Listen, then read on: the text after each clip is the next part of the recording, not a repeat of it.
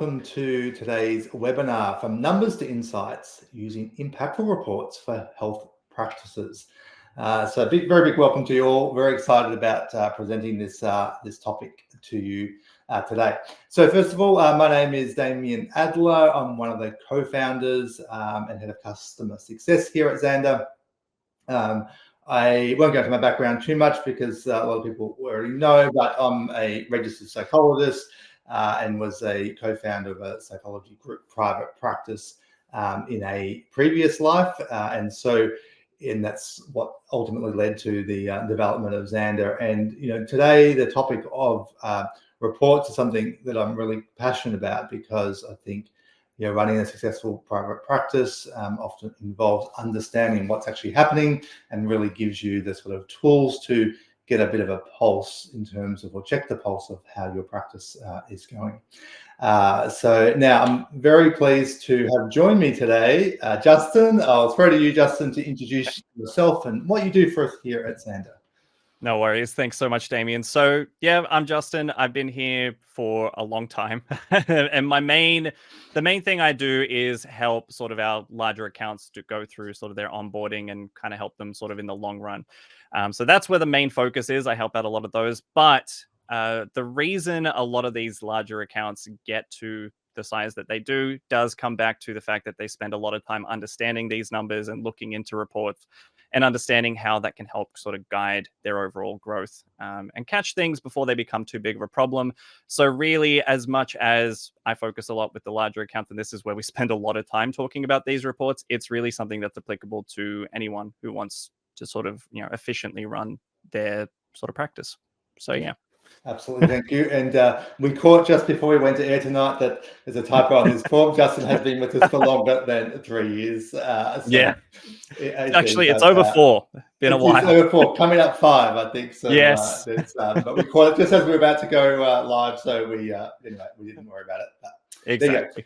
Okay, let's jump in and look at what we'll be covering today. So we'll be doing a basic introduction to reports and just looking at how data can be used. We'll look at the practice dashboard, which some people may not have experimented with yet. Look a bit about how the Zanda reports actually work within the system and some cool things that you can do. We'll look at calendar filters, and of course we're going to demonstrate some of the report features. So we'll do a bit of a mix of demonstrating some, and others we'll just talk about and so that that these reports are in there and what they can do for you. But we won't labor too much on any one report. We'll keep the pace going fairly quickly, so you get a good overview of just some of the reports. We couldn't cover them all because there's a lot of reports in Zanda. But we thought if we give a bit of orientation to them all, that will really help. And then you can hopefully explore and have a bit of a sense of what they actually do. Yeah. So just as a very brief introduction, to reports, it really, as I was saying before, they kind of take the pulse of your business and can really identify trends. And you can start to learn more about what the patterns of your business are. And I know certainly when we were growing our private practice, it was really good to. And sometimes you get a gut feeling about what's happening, and sometimes that gut feeling's right, and sometimes it's wrong. Sometimes it's really helpful to be able to see patterns. So I know for the first number of years that we had our practice and we were building it, we would get nervous at certain times of the year where it seemed like new referrals and new clients were dropping off, and we'd get nervous about that. And then after, we really got into the habit of using reports a lot, we'd realize, what the cycles were for the year. And so it actually was really helpful at reducing anxiety as well, because you get a feel for, no, that's normal, or we're actually ahead of where we normally are for this time of the year, or looking at school holidays, things like that. So really helpful to move away from just gut feeling and make it about data. We also I'm going to look at some expert sort of tips and tricks and real world examples. And, this is something that Justin really brings the picture here, because he's working with customers every day that are experts at reports. So, really cool to sort of have that. The other thing I just wanted to sort of talk about before, Justin will kind of take over and take us through a lot of this, but really is around how we use sort of data, and sometimes people are a little bit, and particularly if we're utilizing data in our practices, some people feel like you can't boil down what's happening in a practice or with a practitioner just to data. And I just wanted to point out that I actually agree with that, right? That data, gives you a viewpoint and it gives you a perspective, and it can often assist you in asking the right questions, but in and of itself never gives the full picture, right? And a couple of examples, of that, if we were doing, and we'll go through some reports today on, for instance, retention and client retention, right? If you notice that a particular practitioner, has a lower retention of clients who do less number of sessions on average, it's a data point.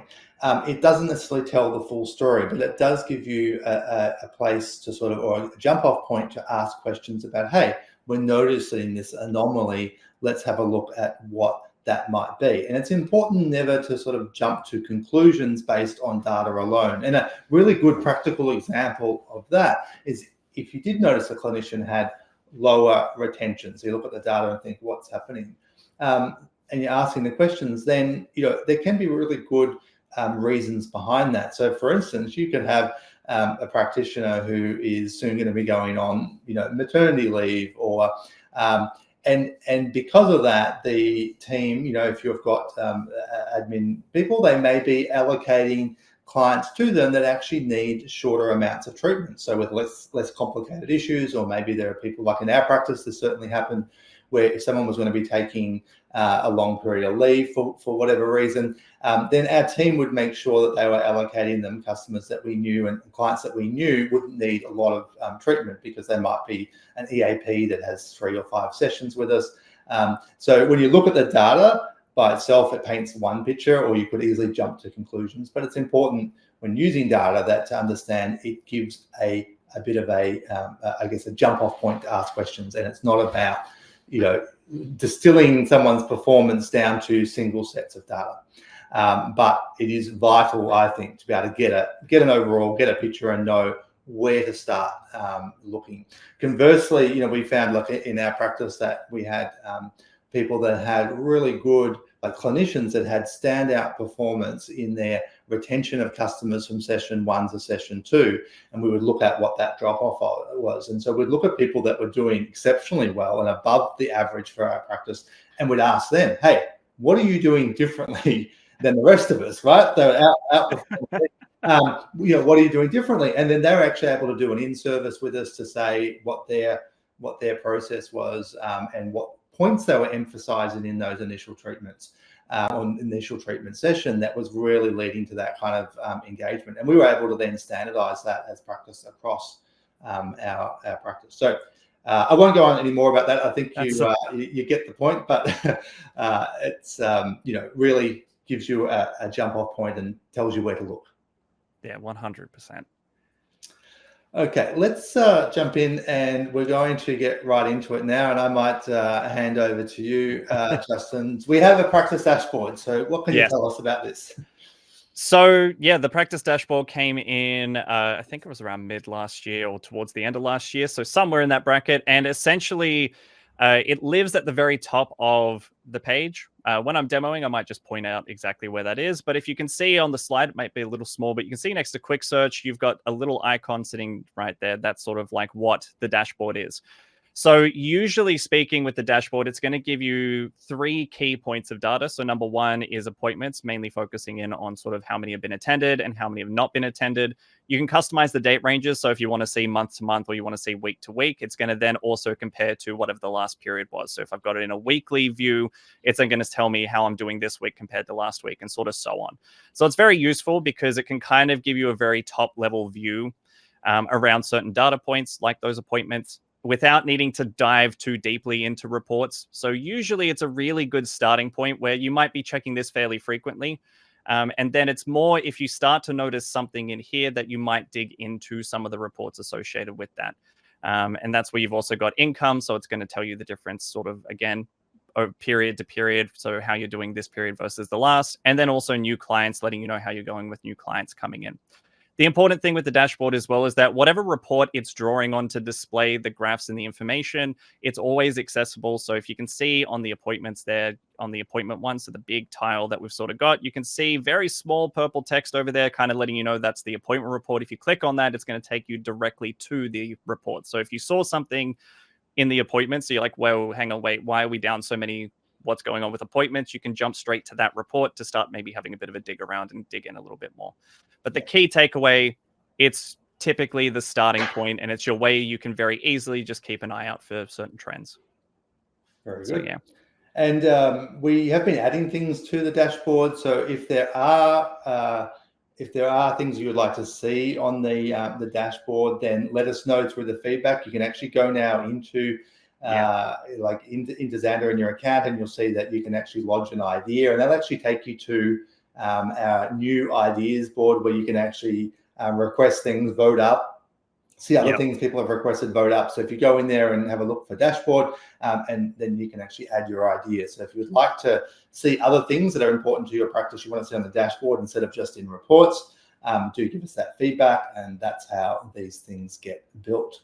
Exactly. Okay. It's a big thing to keep in mind. A lot of these things we constantly refine based on feedback. So absolutely do what Damien just said. Very good. All right, let's have a look at how reports work in Zanda. So this is I'll let you take us through this here, Justin. Yeah, absolutely. So initially with the reports, and we are going to live demo this, so you're not going to have to try and just visualize what I'm about to say. So I will run you through it.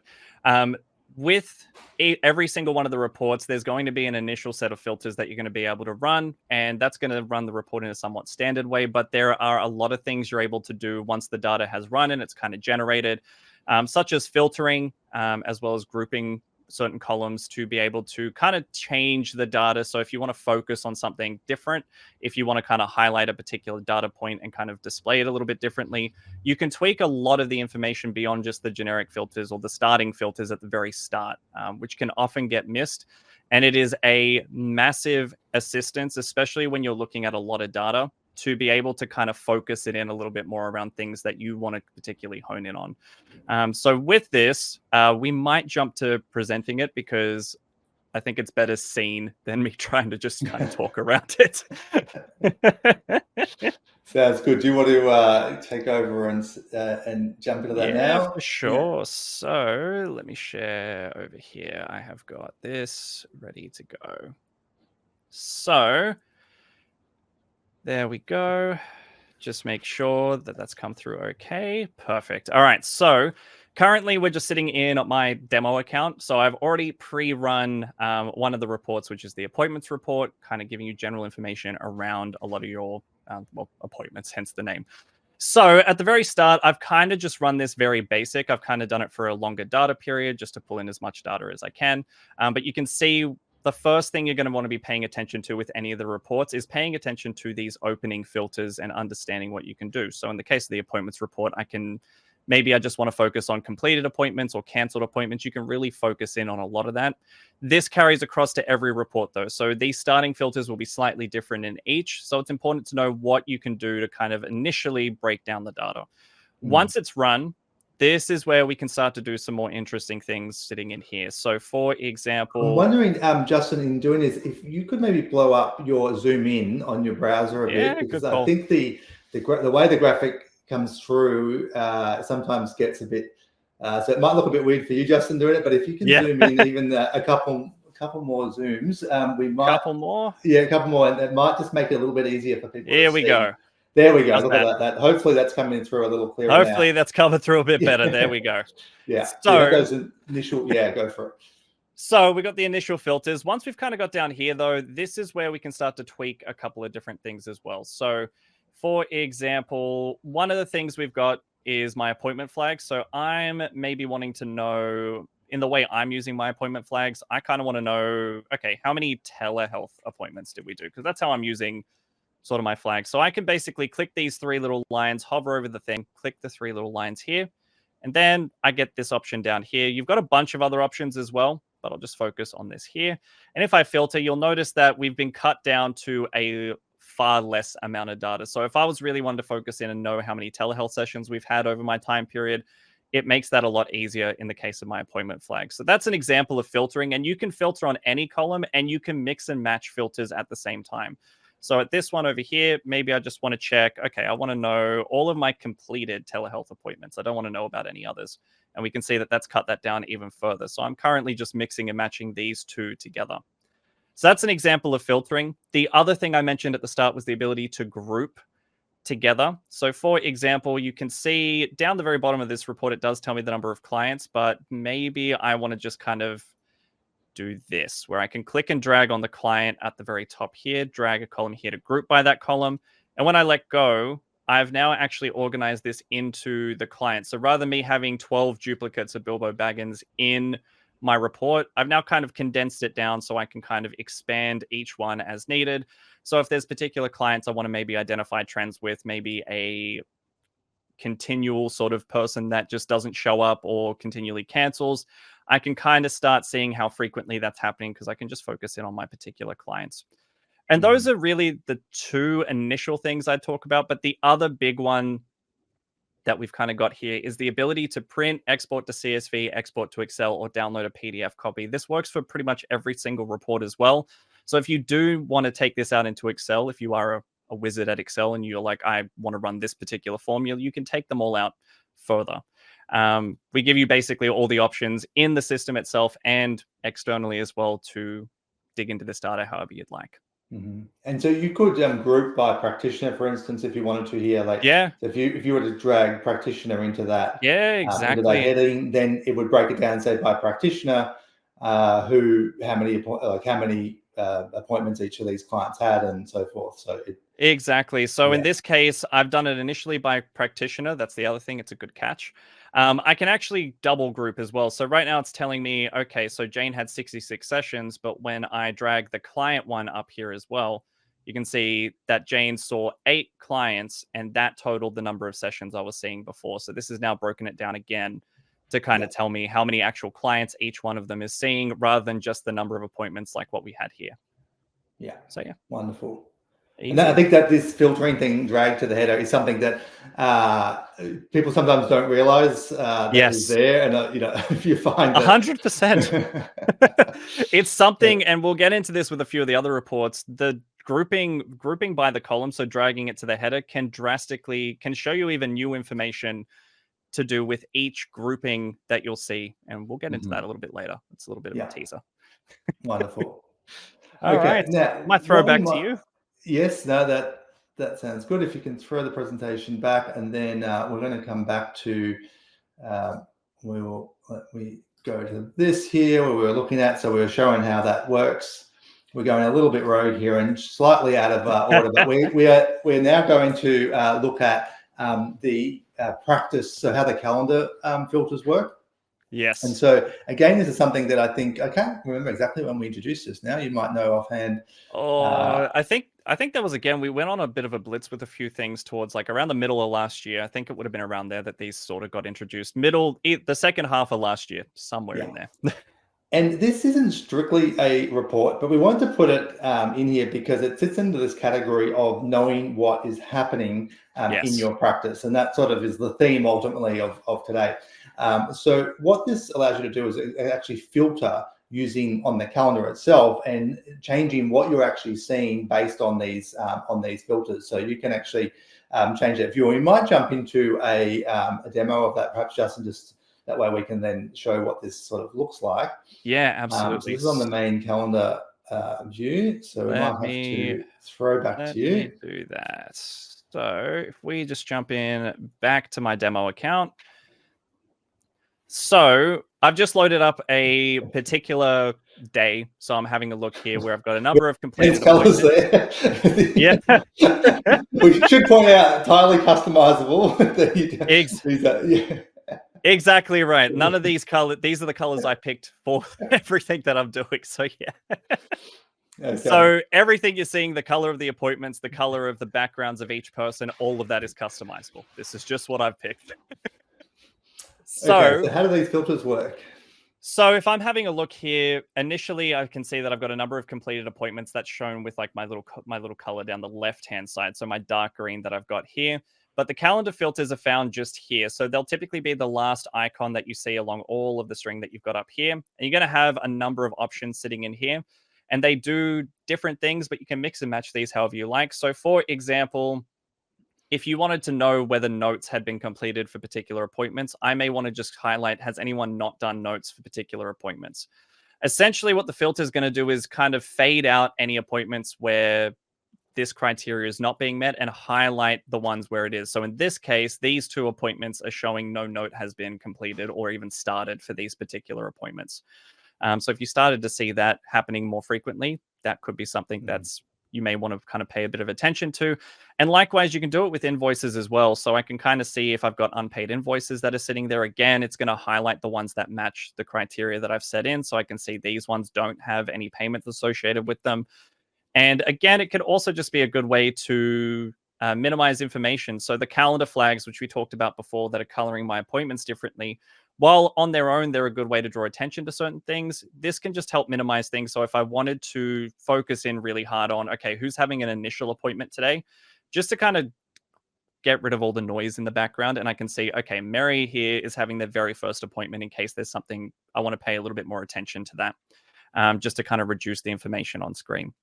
But you can play with this, mix and match them. If you can't break anything, literally, if you've turned a whole heap of things on and you're worried because it's doing something strange, you can just literally hit clear all and it's all back to exactly how it was.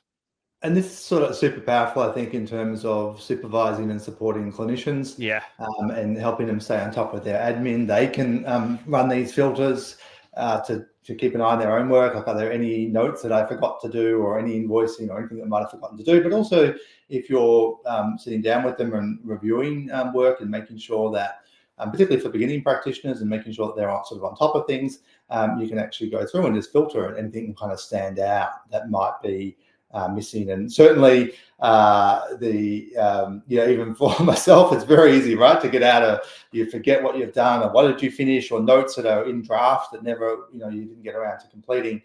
Super helpful just to be able to click on that and say, right, I can go home feeling like I'm on top of it all, it's all done, and not sort of having to click through. In the past, you used to have to click through, and people kind of gave us the feedback that looked like a more efficient way of staying on top of what's happening in their practice. So this is what we released, and it's been super well received, and massively well received. And it's something that a lot of the sort of accounts I deal with, they use it all the time because it can just help so much. All right, I'll probably stop sharing and throw back to you. Yeah, absolutely. To introduce our next one. We have covered that off. We will now look at these telehealth. There we go. So we might go through now a few that we'll just sort of talk about really quickly, and then a few we'll jump in and demo. So telehealth, how's this one used? So predominantly, it's going to be a way to obviously keep an eye on initially just the number of sessions. So specifically, this is running any of the telehealth sessions that are run through the system itself. So it's going to, it does a little bit more than if you just indicate a telehealth session has occurred. It's actually through our telehealth itself.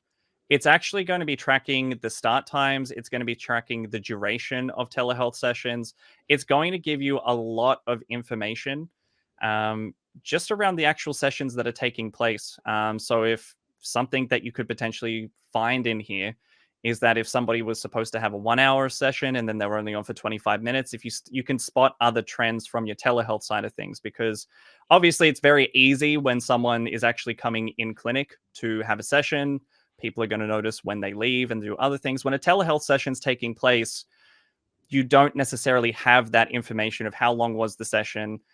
Did they leave early? Did it run over? Different things like that. And so you can actually see that, and you actually get data that you would normally not have access to, and only really have a good pulse on if you had someone coming into the clinic itself. So that's typically one of the biggest applications it has, is just checking that, the sessions that are taking place via telehealth, they're sort of to be expected. So they're fitting this expected time and that sort of thing. Exactly. And it really does help when you've got a lot of practitioners, and we're seeing obviously telehealth grow overall. And if practitioners are not obviously practitioners that provide telehealth services may not be in the clinic, and so but the practice still has responsibilities around compliance as well, and making sure that the right things are being billed and the right durations occurring. So this actually gives practice owners also more sort of insight into that, as well as just seeing what the overall trends are, because as we're seeing the importance of it grow, it's important to be able to see, what percentage of clients, are having telehealth sessions, and be able to see, how long they're running for and so forth. Okay, let's jump into the next one, which is our client forms. Yep. And yes, so why do we have this? What does it do? So this is a recent addition. I think it came in the last few weeks. I don't know exactly when, but this was another example of, again, why it's so important to provide feedback. This came off the back of essentially wanting a better and more efficient way to be able to check sort of the forms that are going out. So specifically, this is going to be relating to our Zanda online forms. And so anytime a form's getting sent out, it used to be the case that you might have to, go into the client record. So especially if you've got an intake form that you need filled out before, or a consent form that has to be done before someone comes in for the very first session, you usually have to just make note again of who's having an initial session, and then kind of go to their profile and check if that's been done. This report, on the other hand, is going to centralize all of the different forms that are going out across the clinic, that you can filter it based on clinical forms. So if that is something more like a self-assessment, your admin forms, which might be something more like your intake and your consent forms. And it's essentially going to give you a whole bunch of very useful data indicating what's been completed, what's still in draft, meaning that it's been sent, but the client hasn't finished it off yet. And directly from that report, you can jump to the client forms area as well. So if you need to resend it, or you want to send a reminder about something, you can jump to their profile directly from the report. So it just gives you a very easy way to check and make sure that the forms you need to be having completed, they're actually getting done, and follow up if you need to. Yeah, absolutely. And as you said, this came from feedback. Exactly. So say why it's so important to do. Okay, 100%. this one we're going to demo for the new clients report to allow you to see your new clients that entered into your account, and who they've been allocated to, and who referred them, and when their first appointment was. So this one certainly I found super helpful in running a practice, because it does allow you to see who's referring, what the trends are. It also allowed us to see, this actually links to that when we're talking about engagement and retention. So sometimes we would see that we were getting a lot of new clients into particular practitioners, and so we'd group by practitioner assigned and say, well, hey, why is that person ending up with so many new clients? And then that sometimes would allow sort of be a prompt for us to look and see whether their retention was okay, because one theory of someone's getting lots and lots or disproportionately high number of new clients may be that their retention isn't so great. Again, not necessarily, but it's a flag to say, hey, is that the case? It may also be that they've opened up their hours, they've got more availability and so forth. But again, it's that kind of prompt, like, does this look about right? And similar, like we'd have times that where someone would say they weren't getting enough clients, and you'd be like, actually, looking at this, the allocation is right, and we need to look elsewhere to see why that, if there are any flags that we needed to work with people on. So I think we're going to demo this. So we are. Mike, if you want to jump in, and I'll jump in and send it over. All right. And you're exactly right. It comes back to that theme that the reports are going to tell you what's happening. They're not meant to give you the why. They're meant to point you in the direction of the why, which helps out a lot. So it's worth mentioning as well, with any of the reports we're going to be talking about from this point forward, they live over here in the main menu. So when you're looking at your main menu, you've got reports down here. They're going to be broken into different categories. We're going to be looking at the client one first, because that's where obviously our new client report is going to be living. So when we first entering this page, again, paying attention to our filters at the top, I'm probably going to just throw this back a little further so we've got a nice amount of data sitting in here. So I could refine it based on practitioner. I usually, again, if you're looking at kind of taking a pulse, you usually want to start broader and then slowly pull in case you're to anything you might notice that you want to focus in more. So initially, I might leave these like this. I'll run my report. And now what we're going to be starting to see is the data that's going to be loading in here. So with any of these reports, one thing I should have mentioned in the tips is make sure down here you're remembering that you can always choose the columns. So oftentimes there are going to be more columns you can add to the reports if you want to. So in the case of the new client report, it's going to let me know a number of things. But one of the very important things that you're going to see over here is this first appointment field. So as I've got new clients sort of coming in, if I'm noticing that people aren't having a first appointment, that might be a cause for concern. But with the case of these 4 that we've got here, they were only entered in 2 days ago. So that may not be too much of a concern, but I may want to check if they're on the way to having their first appointment, because again, the longer that time period goes, the more concerning that can be.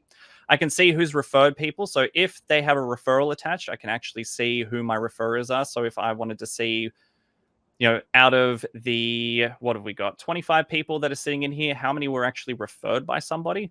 I could very easily come in here and just show me where the cells are not empty. And then I can see I've got 4 out of 25 that have come from like a referral source. And so this is going to give you a lot of the information that you're initially going to want to see just around your new clients. And you can filter it based on when the client was added, or the date of their first appointment as well. And touching on what Damien said before around the allocation of clients, if I group by that, we can see there is a disproportionate amount that have gone to Aragorn compared to everyone else. So that might be something to have a look at. And again, it's using those calendar groupings and that filtering to start interpreting the data rather than sitting there and counting line by line who's getting clients and who's not. And so, yeah, very commonly, this is where you're going to start paying attention to that. And this report is one of the ones that gets pulled in from your dashboard up here. So if you're seeing a drop in sort of new clients over particular periods, this is the report you can go to start digging into that data a little bit more. Yeah. Do you have any other further comments on this particular one? No, I don't think so. I think this one's a good one to say whether the client type that we've got there, if you're using that, really handy to be able to see what sort of clients that. So if you offer, and you can customize these, but if you offer concession and things like that, and you have those categorizations set up for client types, it also gives you an overview to that. So, we often see that people will have a client type and say maybe that their concession, and that allows you to see what proportion of clients you are that kind of meet, that criteria. And again, it's just another way of getting kind of an oversight into the trends that are occurring with the types of new clients that you're actually getting. Yeah, 100%. And again, Damien already said it. I'll just reiterate it. This client type is something you can fully customize to be whatever you need it to be. That's going to make this data even more meaningful to you. So yeah, I might stop the share there then and throw back to you. Yeah, absolutely. So that was that one. And then now we'll look at retention reports. So do you want to take us through this? How does a retention report work, and what is it used for? Yeah, 100%. So retention is obviously the other side of sort of new clients. So new clients coming in, that's needed for a healthy practice, but the other side is also the retention of the clients that are coming in as well. So with the retention report, the important thing about this particular report is essentially that it's going to look for, when you plug in your date ranges at the top, it's looking for people that had their very first appointment and their last appointment within that time frame. So you usually want to use maybe a bit of a wider date range with that one. And that's essentially the point of that, is to catch sort of how long a typical episode of care is, so that you're seeing that how many sessions sort of occur between that first and last. And this is where usually, again, you're starting out a bit broader, and you might then group it by practitioner just to kind of expand it. And if you start noticing there's a lot of 1s or 2s or 3s, depending on what is right for your practice and what should be what you would consider standard, that might be where you start focusing in on particular practitioners to understand, okay, why are they falling short fairly consistently, and things of that nature. So it's used to catch a lot of things like that, mainly making sure that the overall retention and the cases you're having, that makes sense. And before you filter anything, down the very bottom, it's actually just going to tell you across the clinic what your average is. So how many sessions are people typically having in that date range that you've put in, which I'm sure, Damien, you can speak to how important that is. Yeah, I mean, I think we touched on it a little bit before, so I won't reiterate it. But the one of the things around, just as a side note, that we noticed, and that we've noticed is fairly universal, but where there is good retention, particularly between those in those early, the people that engage their customers, is the provision of hope, right? In the sessions, it's amazing, right? And it's something that we can really easily forget as practitioners to do, because we in our mind know what treatments we're planning to do. We know roughly, like, we have an idea about the prognosis and so forth. But sometimes, and this is one of those things that can happen as we get more experience, even more so than less, sometimes we become a bit desensitized. And one of the things that we've found, both in our practice, but also working with lots of practices around the world, when people are good at instilling hope, and that's in an ethical, responsible, reasonable way, of course, never false hope or making false promises or anything, but just talking about, hey, we we have seen this before. There are treatments for it. It is something that's treatable. This is what we can kind of expect. We find that when people do that, then retention goes right up. And just you might find lots of other patterns that you can pick up on by looking at which clinicians have really good retention and which ones don't. The flip side too of this report, and it's less common, but it's something, is that you can also flag sometimes, depending on the practice, but if someone has extremely long retention, right? So if you get an outlier the other way, now it depends on your practice, depends on your modality and so forth. So of course, not necessarily an issue, but if it could be an indicator that treatment isn't progressing, that people are engaged, but in fact aren't necessarily progressing and moving through treatment and concluding episodes of care. So it may or may not be an issue, but again, it's one of those things that's a jumping off point for at least a discussion or a further inquiry about if someone has a super long retention, what's going on there. And how much easier is it to have that conversation when you've got just the data it's not your opinion versus theirs, it's just, here's the data. Exactly. And that's in fact how on those one-on-one interactions, certainly I think it works best. It's not about definitely not presenting any conclusions, but saying, hey, in looking at our reporting, we noticed this about, this is where, your data stands out. What do we think is happening there? What do you think might explain it? And with genuine curiosity, not to try and trap them in a word game about, but actually just genuinely, like, what do you think might be happening? And it's great, because then it's not you're not making an accusation or implying there's anything wrong, but it's just have a genuine conversation about that. And then you find out what might be happening. It's a shared dialogue around what it might be.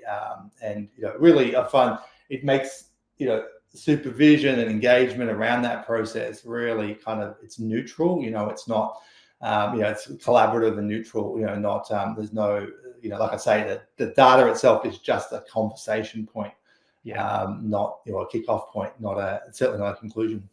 Yeah, definitely. Okay, let's we'll keep moving, and let's have a look at so financial reports, and we're going to demo some of this. So let's perhaps jump into this. So it's going to show invoices and payments and all sorts of things. So take us through it. 100%. So I'll shuffle over here, because we're going to lightly touch on most of them, because there's a lot you can do with them. As you can imagine, financial reports are very important in kind of indicating what's coming into the clinic, and then also obviously being able to chase down any debts and things of that nature as well. So we're going back to where the reports are, and we're going underneath this financial grouping in here. We'll kind of just touch on, if you are in Australia and you deal with NDIS, we do have this bulk upload. It makes submitting through there very easy. So that's what's sitting in there. But with the other ones that are coming through here, if we go to aged receivables, this is probably a reporting format you're somewhat familiar with or you've seen before. This is just a great general overview initially of sort of outstanding debts. And it's going to give you that 30-day breakdown, sort of increasing until we hit to 90 plus days, as well as along the side here, basically just who that debt belongs to. So it makes just kind of figuring out who's owing you a lot of money and how old that debt is a lot easier. And there are other things that we won't go into today, but there's things such as the automations in Zanda and things that can make chasing debt and kind of going through that process a lot easier as well. But this is a great starting point to just kind of have a look at what's sort of going on. And then we can kind of start having a look at drilling down into the invoices and payments report. So when we're having a look at the invoices and payments report, the reason I always talk about sort of going to the aged receivables, then coming here, is that that's going to let you know your debt, because you do have these filtering options over here where you can focus in on your paid ones only versus your unpaid ones, or both together if you prefer to do it that way. Again, paying attention to just the filters that we've kind of got going through here. You can split it down from direct sales to third party as well. So if you want to do a little bit more focus on your third parties and have a look at those, you can do that through here too. So with the invoices and payments report, its primary function is focusing on invoices and payments, funnily enough. But if we have a look at, I like it when the name is just very straightforward. So, so when we kind of have a look at sort of the data that's here, you'll notice that there is a lot of columns, and there's even more that I don't think I've got turned on through here as well. I've got a few that I haven't got turned on here. But the invoices and payments report, and the next one I'll show you, which is the sales one, these have some of the most information, because in addition to obviously giving you the information around those invoices and payments, there's a lot of other things you can do as well. If you happen to have multiple locations, you can obviously do things such as group by those locations. And this is generally going to be a case where you're just wanting to get more granular data around what's going on. So an example of that might be going to unpaid invoices only, and then kind of breaking it down by maybe my client. And you can actually see this breakdown that sort of happens here once I've grouped by client. And this is sort of what I was alluding to before, that when you group, additional information can kind of be shown. And so you can see that sitting in there, and I can actually have a look, and I can link directly to the invoice as well as the client record. So if I want to go in and have a look at this particular one, I can. And then again, just being able to filter as well on each of these individual columns. So very useful for that. Down the very bottom, you've got some broad data as well. So kind of indicating, just because my screen's so big, you can see the amount owing, the amount paid. So in this case, I am running sort of a report, but you can see that we've got that kind of figured out down there as well. So you've got all that lying there. Now, if we have a look at the sales report, whereas this is focused more on the invoices and payments and more the money coming in and that sort of thing, the sales report is very focused on the individual services being provided. So you can still do things such as going by unpaid and paid invoices only and things of that nature, but there's a lot more information in the sales report to do with specific services. So that might be identifying how many of a particular service you're doing and different things like that. So if we jump over here, I'll just send this back a little bit. Once I've run this report, and again, I'm starting broad so I can focus in. Let's say I want to know how many of a particular service we're doing. So if I drag the item column just up here, you can see not only am I getting the number of times I've done this service, I'm getting the number of hours, and I'm getting the total amount of revenue that's been generated as well. So the sales report is incredibly powerful from that perspective of being able to give you just extra information as well. Because although you do have the totals sitting down here, grouping in this case is giving me more granular information around, okay, specifically with my service 1, this is how it's performing. Specifically with my service 2, this is how it's doing. And this is another case where I can have a look at grouping by practitioner first, then item, where it's going to go a layer down as well, where now not only am I grouping by my practitioner, it's then going to tell me how many of each service this particular practitioner has done. And you can kind of start to get an idea of, depending on what you want to see, using a lot of these groupings and filterings is going to help with that. And I like showing the financial ones because obviously they do what they're intended to. They're going to give you a great pulse on the money coming in, debts and things like that. But depending on how you use those filters and groupings that we talked about, you can actually get some really useful information that doesn't necessarily have a lot to do with just the financial side. So it's a big reason why I like to show that one. You got any thoughts as well? Only thing to add, I think, is the invoice. When we've got the invoice date or the payment date on the top there, the reason behind that is because, that's it. That depending on how your accounting works, so some people work on accrual and some people work on cash accounting. And so it becomes relevant about, is tax due and pay, based on, or, looking at how you calculate your income based on when you invoice a service, or actually based when you actually got paid for a service. So if all that sounds like gobbledygook, ask your accountant or bookkeeper, they'll know all about it. But you are able to distinguish between the two, and that's why, because different people use different methods of accounting, and tax places around the world, usually recognize one of those two approaches. So depending on which one you use, you can do it in Zanda. Exactly right. Exactly right. All right. I Very will good. start my screen share and throw back to you. Yeah, absolutely. So we'll then these next few we might just have a look at. So referrers report. So this here, shows you sort of what referrer activities, see, who your strong referrers are, and just see, like, it allows you to kind of nurture those relationships, and because you can actually see by going into the referrers reports, not only like who has referred, but you can also see the financial element of attached to those referrals. Yeah. Right. Which And is this is important, right? Yeah. Yeah. No. And to give a practical example like of this, so in running our practice, one of the things that we discovered is that there were a handful of referrers that were fairly strong referrers, but we actually noticed that the financial side of those referrers wasn't so good. Right? And what we actually found is that the sort of high non-attendance rates with people that were coming from these particular referrers, and we noticed that the financial element, the unpaid bills and so forth, were actually fairly significant. Now, what it turned out when we investigated this kind of further, so like I said before, it gives us a place to look, right? Doesn't mean necessarily anything. Exactly. But what we actually found is that a particular practice was making a lot of referrals without a lot of discussion with the patients.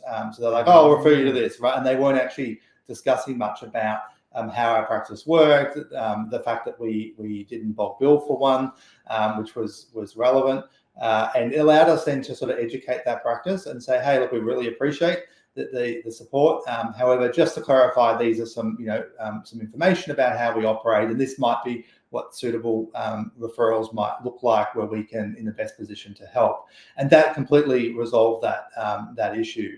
But without this report, we would never have known that there was a systematic issue occurring. And we see that with lots of these sorts of things, and we get similar stories from people that utilize these reports. It also is helpful when you're looking at perhaps who your favorite referrers are. You might have some that are doing doing really well, or you can even check and people that haven't referred in a while, so that they did refer and then stop. So really helps. We know most health practices, keeping a steady flow and good relationships with referrers is super important. This allows you to keep an eye on that and appropriately send thank yous as well. For those who are really looking after your business. Yeah, definitely, 100%. I think you caught it all in one. In case you're wondering where these reports are, they live under where we went before in reports.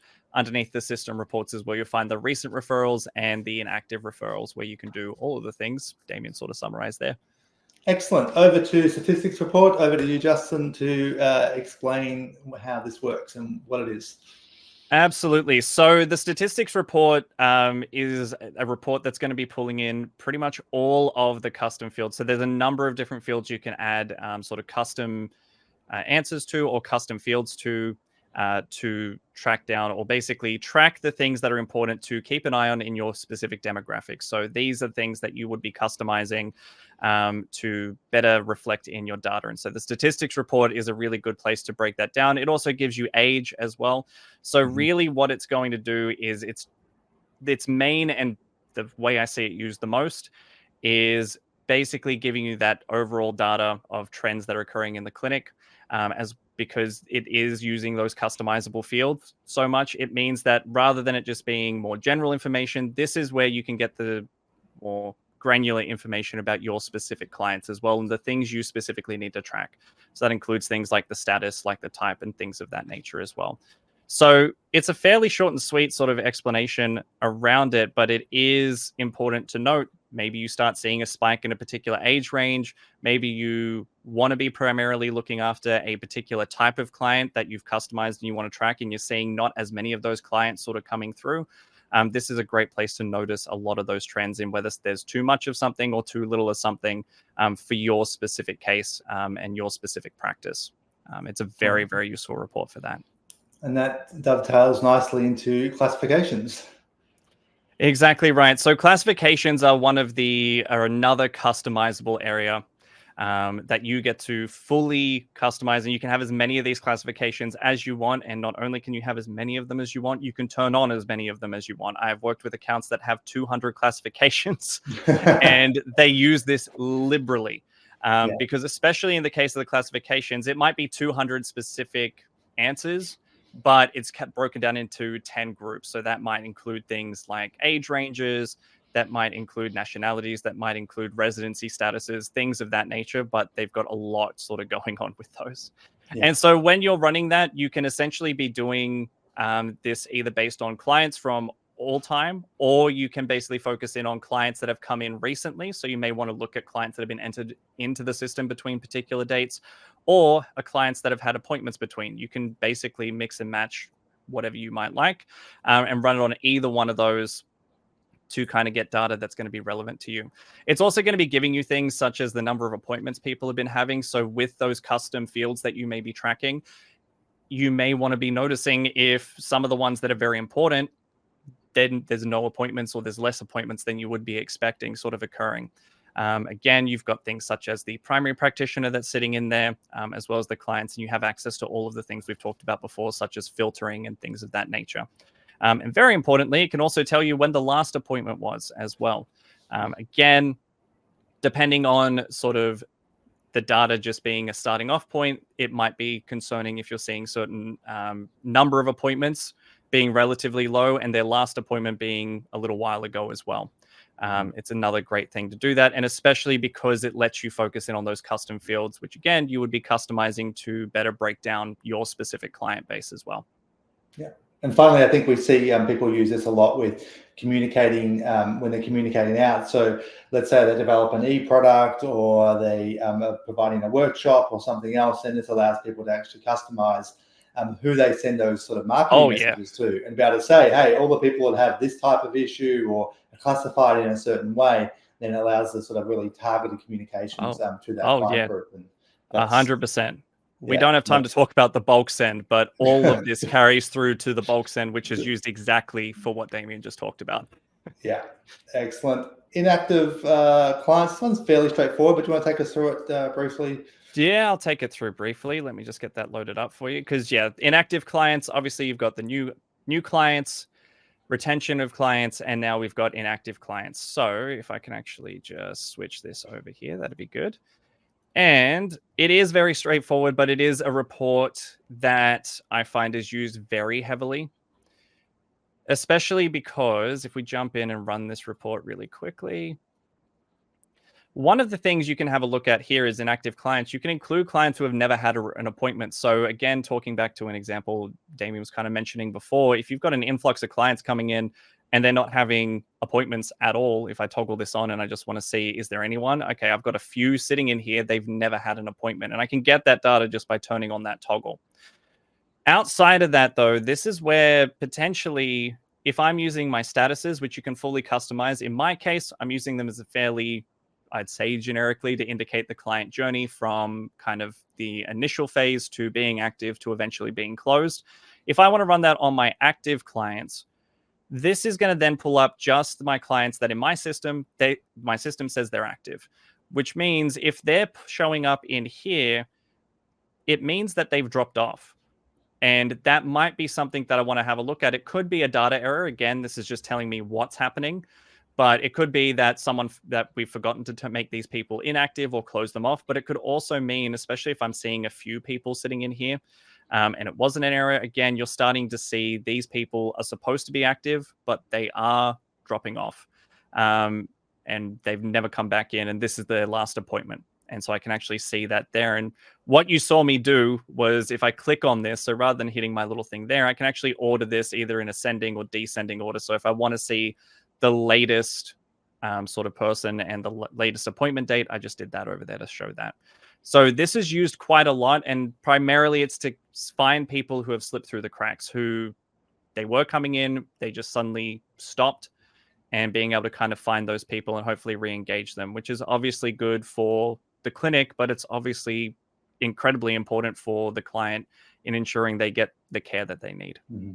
And in fact, there's even often in some professions a sort of legal and ethical obligation as well to make sure that if we you have responsibility for, patient welfare, is to make sure that there's not patients that are kind of slipping through the gaps. It's so easy to happen. You have an appointment booked in, they cancel it for whatever reason, and then it never gets rebooked. But that person can very easily then slip away. And so this way, it makes sure that they don't do that. And particularly if you've got a busy practice, it gives you peace of mind to know that, okay, I'm keeping an eye on it. It may be that person's closed, and you can go through and update their status, close them so they don't show up in this report anymore. It allows you to make sure that kind of disengagement process has been handled appropriately, and there aren't any kind of vulnerabilities out there for clients that are vulnerable, and leaving you as a practice vulnerable as well. So like you say, 100%. very heavily used report. Definitely 100%. And I'll throw it back to you.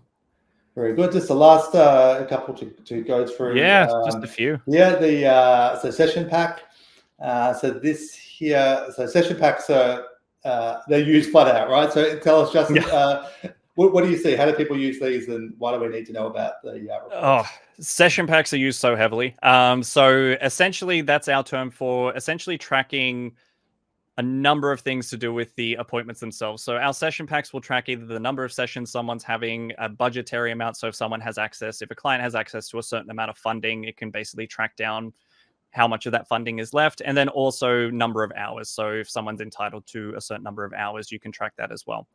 So essentially what the session pack report is going to be doing is it's going to let you see all of the currently open session packs across the clinic. You can customize it in a bunch of different ways. So not only open ones, closed ones, you can view them all together. You can do it based on the expiry date. So if it's the number of sessions, for example, is tied to a referral, you can run it based on the expiry date of the session pack. But the primary thing it's going to be doing is, number one, knowing how many are open. It's also a great way of identifying people who should be receiving whatever the treatment is and may have dropped off, if you can kind of see that information. Very importantly as well, if their session pack is running out soon, so their entitled sessions are running out, making sure that if treatment needs to continue and if they can get another referral or something of that nature that's going to allow them to continue and have more sessions, that you can notify them. And it lets you see all of that in a central place. So those are the two really big ways that this one's used. Wonderful. Thank you. And certainly we get a lot of, it's one of the most used features in the system, isn't it? And in all sorts of insurance programs, if you're in Australia, under Medicare, if you're UK and US use them for different things as well. Like it is, amazing. Yeah, definitely. Of course, in Australia for NDIS, it's that's another one. Track that. Huge. Like that. So if you're not using session packs, there's no doubt things you should be tracking. That you do it. Use session packs and make your life a lot easier. 100%. Final one. Could not agree more. Exactly. No worries. I think you hear about it day in day out. I do. Client source report. Last one we'll cover off on today. Why do we want to know where clients are coming from? Well, it's very much a case that it's good to know that, especially if you're engaging in marketing to get your practice out there and get attention and have people coming in, it's good to know what's working, basically, because not only is it going to tell you the specific clients and how they heard about you, it's also going to tell you how much was billed as well from those clients as well. So not only are you finding out what your most common source of clients is, you're also finding out what marketing angles that you're trying are actually generating the most revenue. So it could be a case that, yes, I'm getting a lot of clients from a particular marketing source, but actually where I'm billing the most is coming from one that it's not the top one, but I'm getting my most billing from that particular marketing source that isn't just the one that I'm getting the most attention from. So pretty simple, but very important in the terms of growing the practice. Yeah, absolutely. And just make sure that you're putting the right effort into the right areas, and gives you insight, into that. And that the value of each of those sources is extremely important when you're trying to close the loop, right, on where you're putting money or effort in marketing and how that's sort of paying off. Yeah, 100%. Very good. Well, that we had to make some decisions about what we would include and what we wouldn't. This is by no means all the reports that Zanda does. There is a huge range of them, but we want to give you a bit of a cross section of some of the ones that you certainly find, Justin, and we know from our usage data that people are in there all the time. But certainly go on and explore what what reports are available, and of course, if there's anything that we can help you with, there's lots of ways that you can get in contact, and our team would be very happy to sort of take you through anything or help you work out what reports might be great for your practice. Anything else to add, Justin, before we finish up? Not really. I think we kind of covered most of it, but yeah, the main thing is that sometimes, reports aren't necessarily the most interesting thing. Sometimes they're scary, but you owe it to yourself and everything else to kind of dig in and have a look at them, because we've got a ton of different reports. They all serve very specific purposes, and they all ultimately help and assist in so many different ways. So it's definitely worth dipping your toes into it and kind of starting to use it. Absolutely. And I think on that scary thing, that's a very good point. Don't be scared by them. They're really, I find it's much better. Yeah. It's the things I don't know that make me anxious and I worry about. 100%. So by having the reports, you actually can see what's happening, and it gives you confidence in how you're running your practice, and tells you where you need to put energy and effort. So thank you very much, Justin, for joining me today. Real pleasure to have you on. No problem at all. Great to be here. And thanks everyone for watching. Thank you, and bye. Bye.